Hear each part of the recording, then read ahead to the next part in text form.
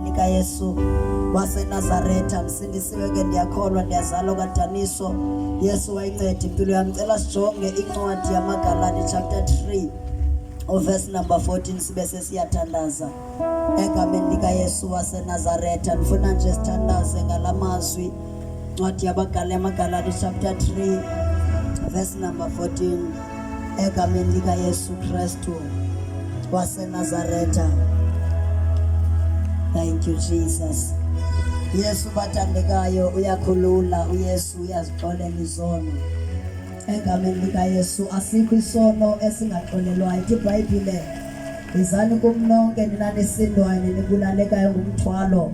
Uthi uYesu ndiyakuninikeza ukuphumla. Mhlawumbe ukhona kule ndawo yaseShakazhead uyabulaleka, uvuka unzima, awunaki ukuphumla.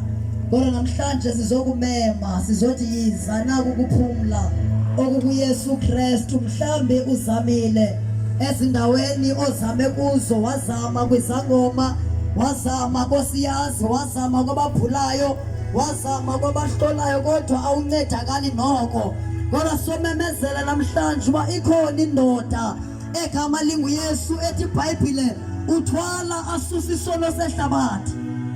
Ngendisho into yobana abantu, amagqirha, izangoma, amadlozi akanawo amandla okususa isono somntu, kodwa nguYesu kuphela onamandla wokucima ityala lomntu, wokuhlamba isono somntu. Ungawenzelwa amasiko, usenzelwe zonke izinto, kodwa isono sakho asisuki. Kodwa once wahlangana noYesu, isono siyaxolelwa, isono siyahlanjwa ngegazi lika Yesu. Sizothandaza. Cela unifundele ke sithandaze egameni lika Yesu. Hallelujah. Yes. AbaseGalatia chapter 3 verse 14. Sihloko sithi umuntu uyalungisiswa ngokukholwa. Umuntu uyalungisiswa ngokukholwa. Verse 14. Yes. Ukuba isibusiso sika Abrahama ngoKristu Jesu sifike kuba bezizwe, ukuze samkeliswe isethembiso sika moya ngokukholwa. Verse number 13. All right. Sorry. uKristu wasihlenga esiqalekisweni somthetho. uKristu wasihlenga esiqalekisweni somthetho. Ebenziwe isiqalekiso ngenxa yethu. Ukuthi yena enziwe isiqalekiso ngenxa yethu. Ngokuba kulotshiwe ukuthi. Ngokuba kubhaliwe noba kulotshiwe ukuthi. Baqalekisiwe bonke abalenga emthini. Baqalekisiwe bonke abalenga emthini. Ukuba isibusiso sika Abrahama ngoKristu Jesu. Ukuba isibusiso sika Abrahama ukuze samkeliswe isethembiso. ukuze samkeliswe isethembiso sikamoya ngokukholwa. sikamoya ngokukholwa. Baba liphilile Nkosi, linamandla. Iyasebenza Nkosi, uyadala ngalo, uyenza Nkosi okwehlula abantu. Egameni lika Yesu Kristu waseNazaretha nakwesihlandlo maliwenze Nkosi umsebenzi izwi lakho egameni lika Yesu waseNazaretha. Sincede ngalo, nceda wonke umuntu ophulaphuleyo. uNkulunkulu wethu onamandla, ngalo izwi lakho ngegama lika Yesu waseNazaretha. Abasezindlini Jehova bagqoqe ngalo, uNkulunkulu wethu onamandla, ngalo izwi lakho. Abahamba endleleni waseNazaretha, we thank you Jesus. Hallelujah. Amen. Hallelujah. Amen. Hallelujah. Amen. Hallelujah. Amen. Phezulu ngoYesu, phezulu. Phezulu ngoYesu, phezulu. Phansi ngamadimoni, phansi. Phansi ngamadimoni, phansi. Phansi ngoSathane, phansi. Hallelujah. Jesus. Apho bathandekayo sifunda khona kulombhalo ubhalwa kwincwadi yamaGalati chapter number 3. Utangaba ebhala verse number 13. Uthi kodwa ke uKristu wasithenga, wasikhulula ngelinye lakhe igazi, ngokuthi yena aqalekiswe endaweni yethu. Funa nje sithandaze ngaloo ndawo egameni lika Yesu waseNazaretha. Ithi iBhayibhile ke bathandekayo kwabakho intombi egama linguMaria. Ithi iBhayibhile kwafika isithunywa ingelosi yathetha naye yathi uzokhulelwa uzala umntwana, lo mntwana uyomqamba igama loba nguYesu. Lo mntwana uzokhulula abantu ezolweni zabo.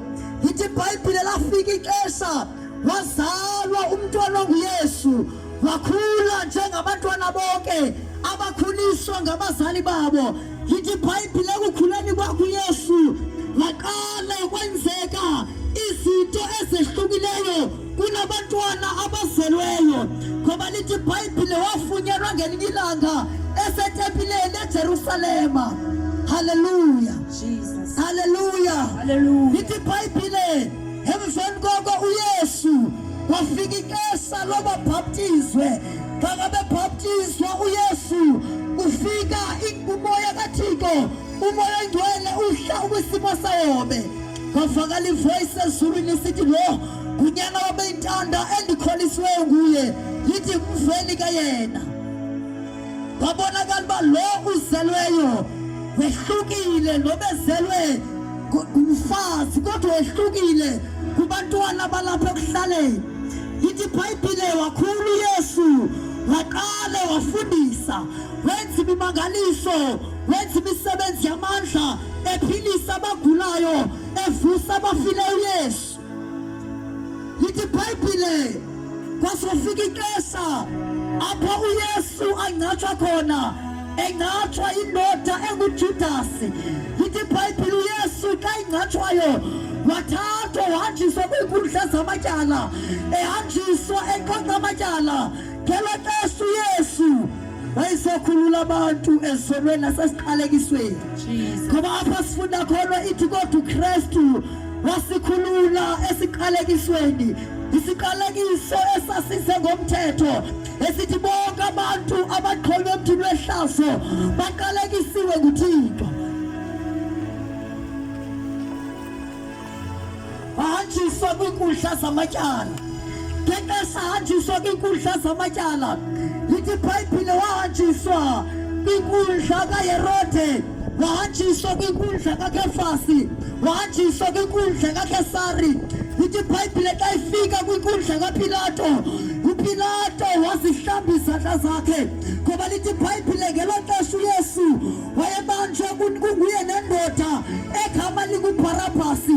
Lithi iBhayibhile uYesu xa ngabe evezwa phambi kwenkundla yamatyala, wabuza uPilato uba phakathi kwabo bantu babini, phakathi koBharabhasi noYesu, ndinikhululele bani? Ithi iBhayibhile abantu bamemeza ngelizwi linye, bathi sikhululele uBharabhasi, sikhululele igintsa esilazilo, sikhululele umbulali losimaziyo. Bawabuza uPilato uba ndenze ntoni ngoYesu? Bathi uYesu makabethelwe emnqamlezweni. Ngexesha kukhulula uBharabhasi, sengathi imission kaYesu yoba abantu mabakhululwe ezonweni zabo yayiseyiqalile. Injongo kaYesu yoba abantu mabakhululwe ezonweni zabo wayesewuqalile umsebenzi. Wathi sikhululele uBharabhasi. Sengathi ngexesha akhulula uBharabhasi abantu babemangele, ngoba uYesu wayengenatyala, ngoba uYesu wayengonanga, ngoba uYesu akosono wayinaso, kodwa kwakhululwa owonileyo ngenxa kaYesu.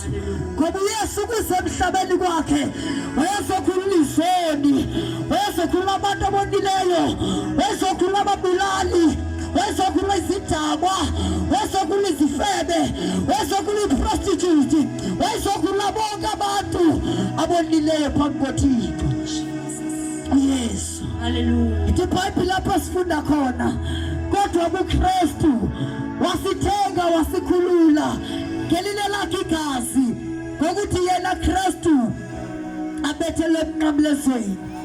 Ngoba kubhaliwe kwathiwa bonke ababethelwe emnqamlezweni baqalekisiwe nguThixo.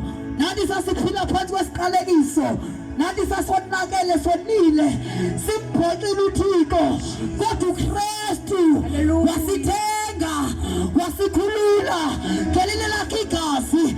sasiwenzelwa amasiko, sasenzela imbeleko, kodwa nazo asasitethanga nto, kodwa wafika uKristu wasikhulula ngelinye lakhe igazi lisibona njena sikhululiwe kuKristu Yesu, siphila nje sikhululiwe. Yes, Lord. Ngoba uKristu wasithenga, wasikhulula, sithengiwe ngegazi likaYesu.